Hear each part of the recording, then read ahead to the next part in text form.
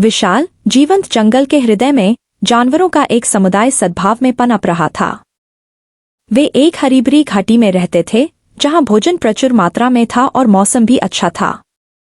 लेकिन एक दुर्भाग्यपूर्ण वर्ष में सब कुछ बदल गया जब बारिश नहीं हुई। घाटी से होकर बहने वाली कभी कलकल करती नदी सूख गई और वृक्ष जिनके पत्ते सूखकर भंगुर हो गए थे एक गमगीन धुन फुसफुसाने लगे। जानवरों को आसन्न विनाश का आभास हुआ और वे बैठक के लिए मैदान में एकत्र हुए। सभा के मुखिया के रूप में लियो खड़ा था, जो बुद्धिमान और दयालु शेर था और समुदाय का नेतृत्व कर रहा था। हमारा घर अब वह आश्रय नहीं रहा जो पहले था, लियो ने दुख से भरी आवाज में कहना शुरू किया। पानी कम हो गया है और जमीन अब उपजाऊ नहीं रही। हमें अपना अस्तित्व सुनिश्चित करने के लिए एक कठिन निर्णय लेना होगा। भीड़ ने चिंता से बड़बड़ाते हुए कहा। पलायन एक कठिन संभावना थी जो अज्ञात खतरों से भरी थी। फिर भी लियो के शब्दों में एक कठोर सत्य गूंज रहा था। हमने सुदूर पूर्व में उपजाऊ भूमि की कहानियां सुनी हैं, सुंदर और बुद्धिमान हिरण लूना ने आगे बढ़ते हुए कहा। एक ऐसी जगह जहां पानी भरपूर हो और पेड़ हरे हों। हमें वहां जाने पर विचार करना चाहिए। अपने घर को छोड़ने के विचार से उन्हें डर और उम्मीद का मिश्रण मिला। बड़े जानवर घाटी के पार मौजूद खतरों के बारे में बात कर रहे थे, जबकि छोटे जानवर रोमांच के लिए उत्सुक थे। काफी विचार विमर्श के बाद इस बात पर सहमति बनी कि वे नए घर की तलाश में बड़े पैमाने पर पलायन करेंगे। अगली सुबह जंगल में चहल पहल बढ़ गई क्योंकि यात्रा की तैयारियां शुरू हो गई थीं। सभी की सुरक्षा सुनिश्चित करने के लिए समूह बनाए गए थे। लियो ने शिकारियों का नेतृत्व किया, लूना ने शाकाहारी जानवरों का नेतृत्व किया तथा ओली नामक बुद्धिमान बूढ़ा उल्लू, जो कई मौसमों से जीवित था, को स्काउट और नाविक के रूप में नियुक्त किया गया। यात्रा भोर में शुरू हुई। जानवर एक लंबी, घुमावदार कतार में आगे बढ़ रहे थे, जैसे कोई सांप झाड़ियों के बीच से निकल रहा हो। आगे की अनिश्चितता के बावजूद उनका उत्साह बहुत ऊंचा था। जैसे जैसे वे आगे बढ़ते गए, इलाका और भी चुनौतीपूर्ण होता गया। उन्हें नदियां पार करनी पड़ी, घने जंगल पार करने पड़े और खड़ी पहाड़ियों पर चढ़ना पड़ा। लेकिन एक नई, भरपूर जमीन के वादे ने उन्हें आगे बढ़ने के लिए प्रेरित किया। प्रत्येक रात तारों की छत्रछाया में वे एकत्र होते और कहानियां साझा करते। प्रत्येक बीतते दिन के साथ उनका सौहार्द मजबूत होता जाता। यात्रा के कुछ सप्ताह बाद उन्हें प्रवास की वास्तविकता का एहसास हुआ। जंगल खूबसूरत होने के साथ साथ खतरनाक भी था। शिकारी छाया में छिपे हुए थे, हमला करने के लिए सही मौके की तलाश में। ऐसे ही एक मौके पर लकड़बग्घों के एक समूह ने झुंड पर घात लगाने की कोशिश की।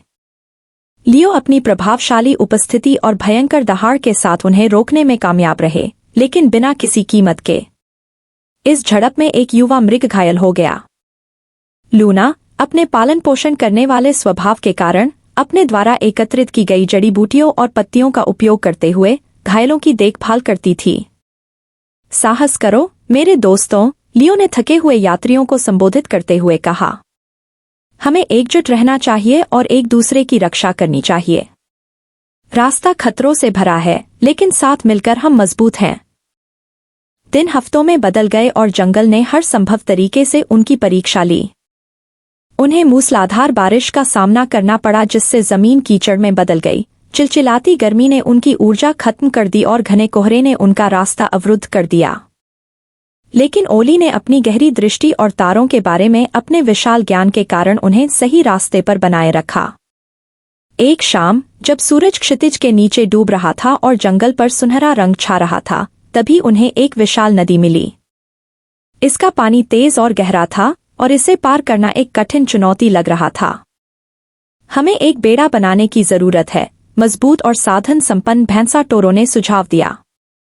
यह सभी को सुरक्षित पार कराने का हमारा सबसे अच्छा मौका है।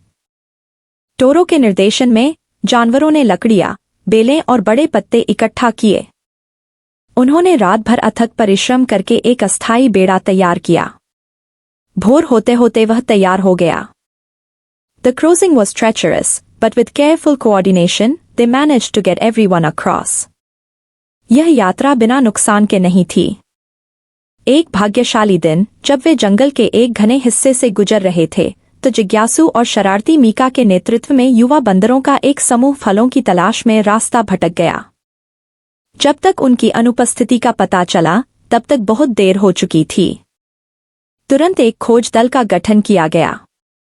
लियो, लूना और कुछ अन्य लोगों ने इलाके की तलाशी ली और मीका तथा अन्य लोगों को पुकारा। वे रात भर खोजते रहे, उनका दिल चिंता से भारी था। जब आखिरकार उन्हें वे मिल गए तो नज़ारा दिल दहला देने वाला था। एक जहरीले सांप ने समूह पर हमला कर दिया था और उनके सर्वोत्तम प्रयासों के बावजूद केवल कुछ ही लोग बच पाए। युवाओं की मौत से समूह में शोक छा गया। उनका मनोबल गिर गया और उनके मन में संदेह घर कर गया। क्या यह यात्रा बलिदान के लायक थी? क्या वे वास्तव में वादा किया हुआ देश पा सकते थे या यह केवल एक मिथक था? बढ़ती निराशा को भांपते हुए लियो ने एक बार फिर जानवरों को इकट्ठा किया। हमारी यात्रा लंबी और कठिन रही है और हमने अकल्पनीय परीक्षणों का सामना किया है, लेकिन हमें उम्मीद नहीं खोनी चाहिए। हम उन लोगों के प्रति कृतज्ञ हैं जिन्हें हमने खो दिया है। उनका बलिदान व्यर्थ नहीं जाएगा। उनके शब्दों ने समूह के भीतर दृढ़ संकल्प की चिंगारी को फिर से प्रज्वलित कर दिया। उन्होंने नए संकल्प के साथ अपनी यात्रा फिर से शुरू की, हर कदम शहीदों को श्रद्धांजलि देता हुआ।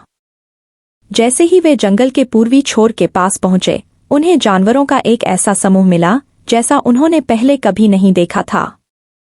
ये जानवर विभिन्न प्रजातियों का मिश्रण, सद्भावनापूर्वक रहते थे, संसाधनों को साझा करते थे और एक दूसरे की रक्षा करते थे। इस जनजाति के नेता एरिया नामक एक राजसी बाज ने अपने पंख फैलाकर उनका स्वागत किया।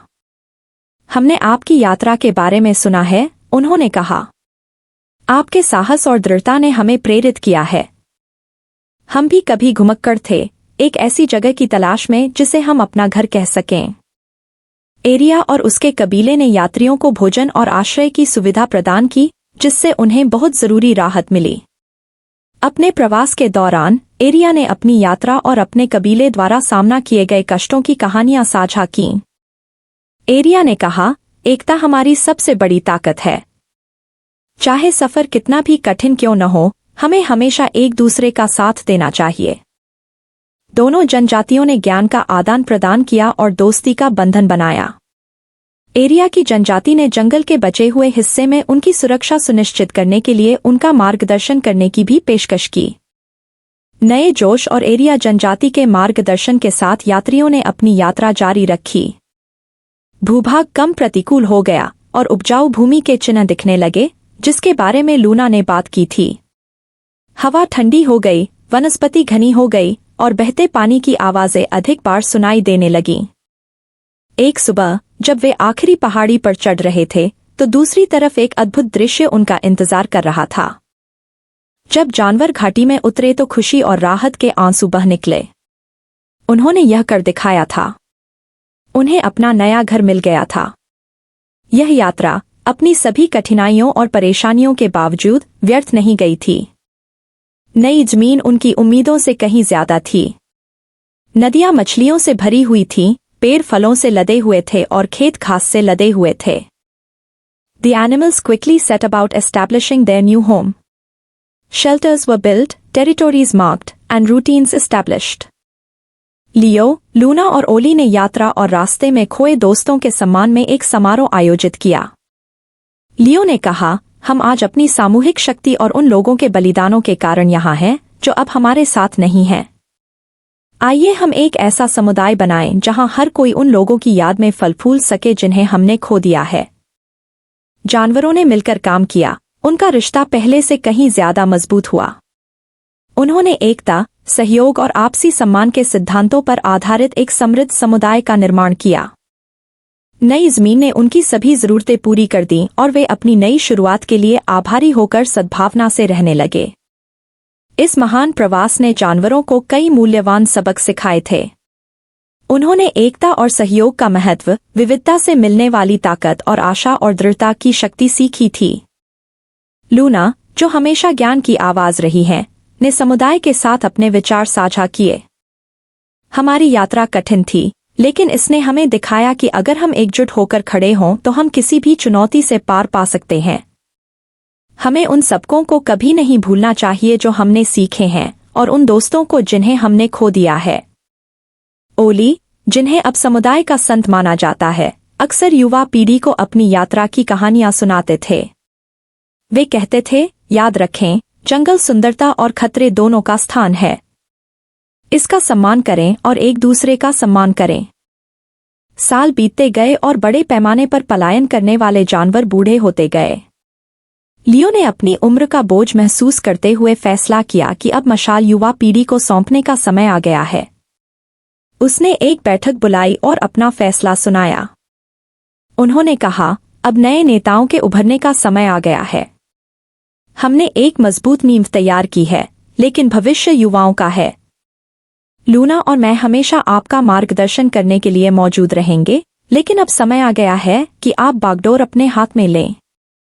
छोटे जानवर, जो महान प्रवास की कहानियां सुनकर बड़े हुए थे, गर्व और दृढ़ संकल्प के साथ आगे बढ़े।